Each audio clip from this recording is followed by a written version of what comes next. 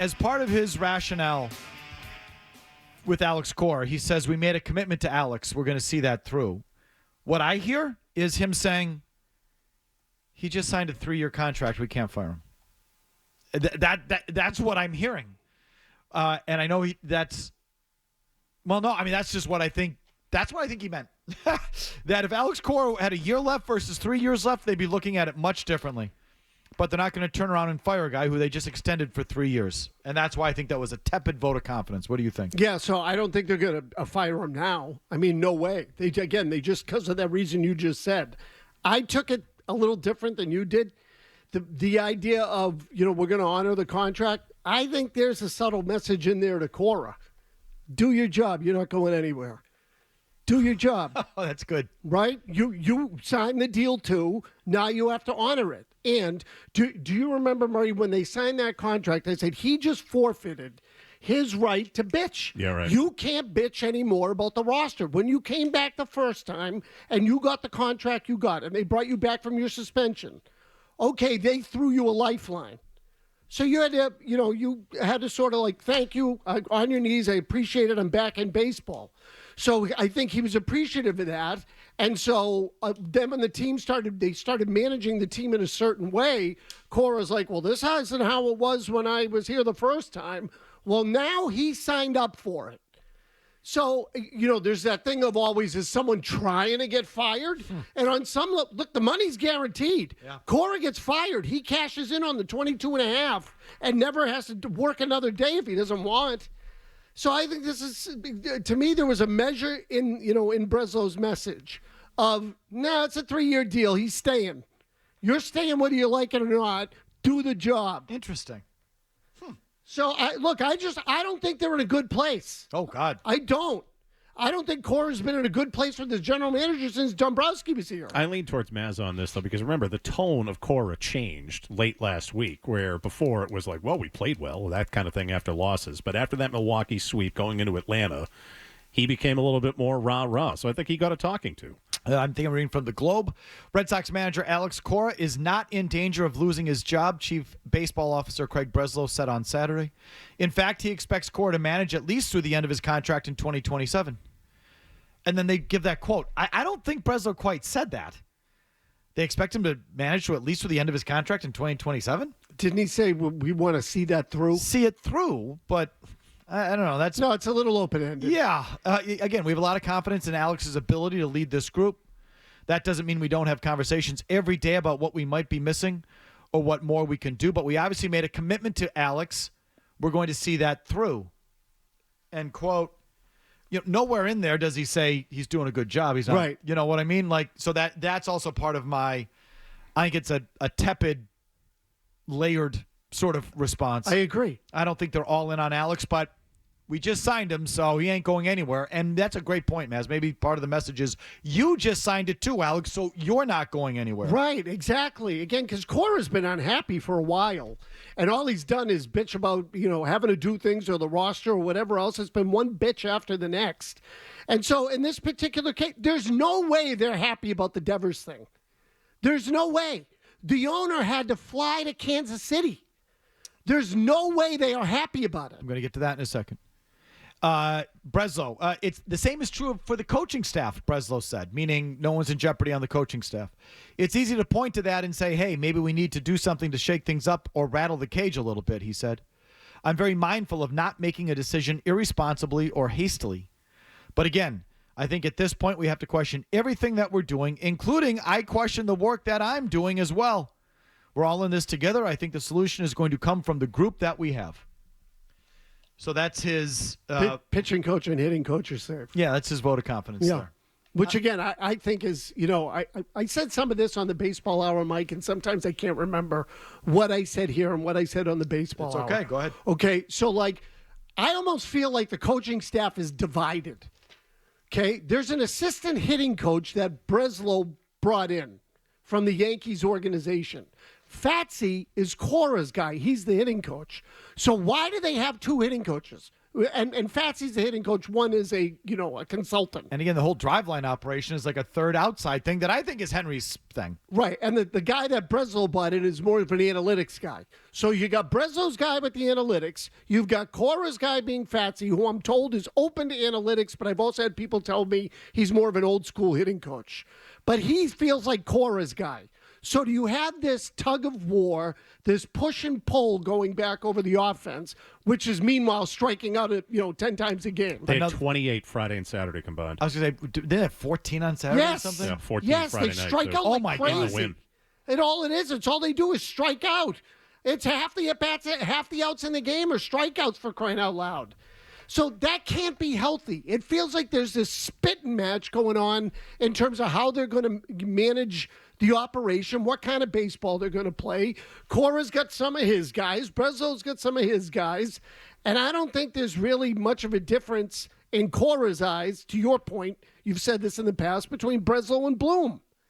I don't think Cora sees it that way. Yeah, I don't either. By the way, how could to be you? totally honest, they're clones off the assembly line. So I think they're the same guy, too. Alex is right about that. He's not right to carry on the way he's carried on. No. You sign that contract, you have to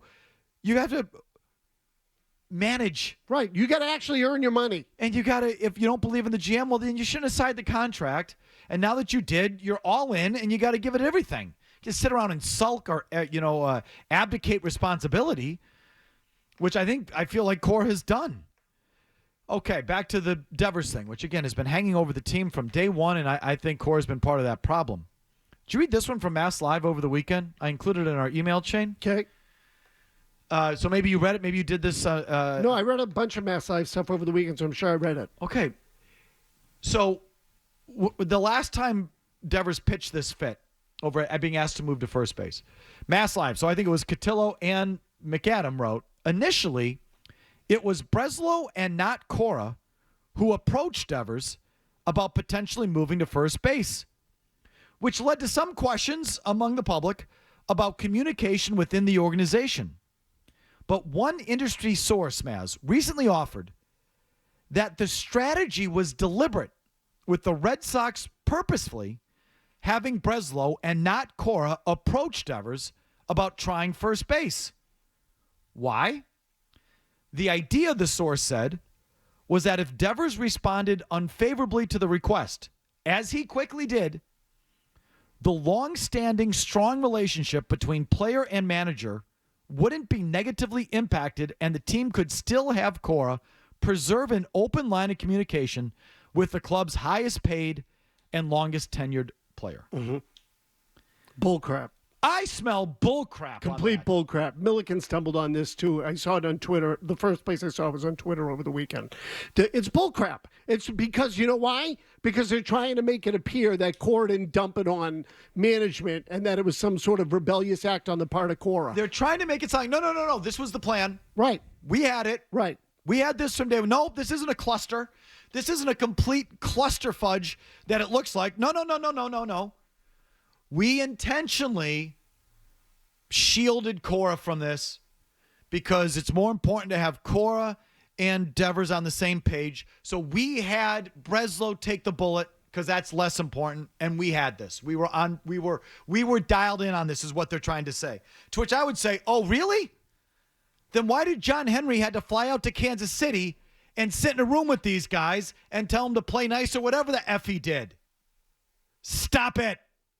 That is some old school Red Sox PR bullcrap right there. Yeah, spin control. And I don't mean to disparage McAdam and Cotillo. I mean, sure, they've got it from good sources and all of this.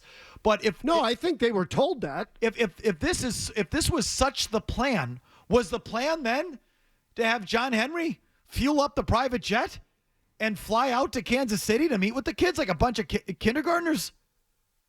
That doesn't feel like part of the plan to me. No, again, the owner doesn't fly out there because he's happy. What the hell? He doesn't fly out there because he's happy. He was pissed. Breslow did it because Cora wouldn't. Bingo. Breslow did it because Cora has abdicated part of his responsibility with this.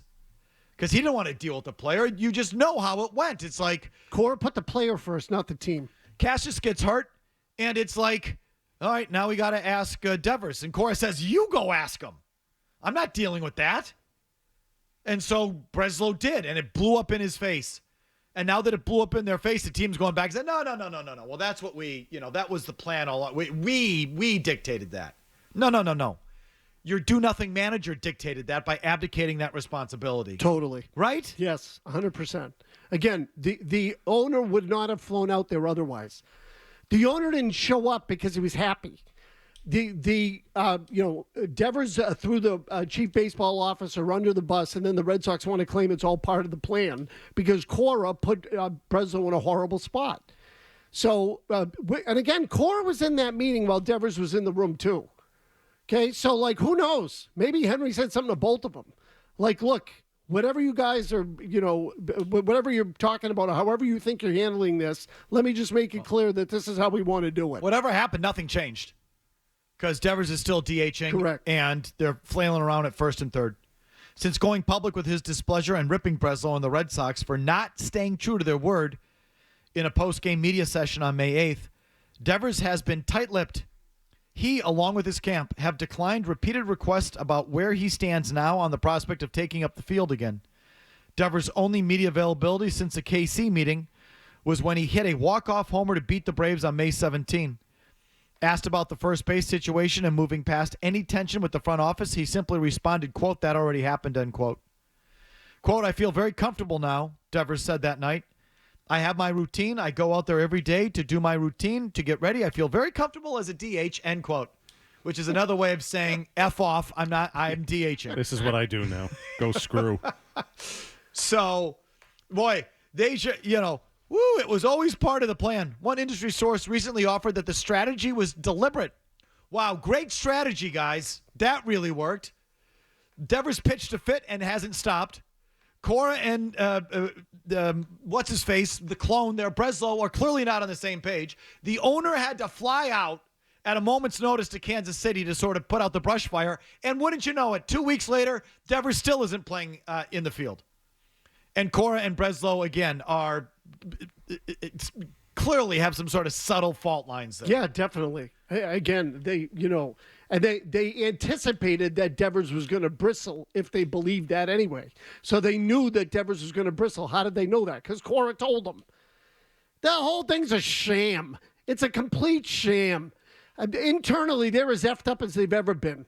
The gap that exists between the clubhouse and management is still there. And in fact, it may have gotten bigger. That's the problem in this org. Cora's the wrong guy for this team. He was the right guy when they brought him in 7 years ago. Yeah, vets ready to win. Right. Needed someone to push him over the top. But this part of it, wrong guy. It's a bad fit. So it still remains.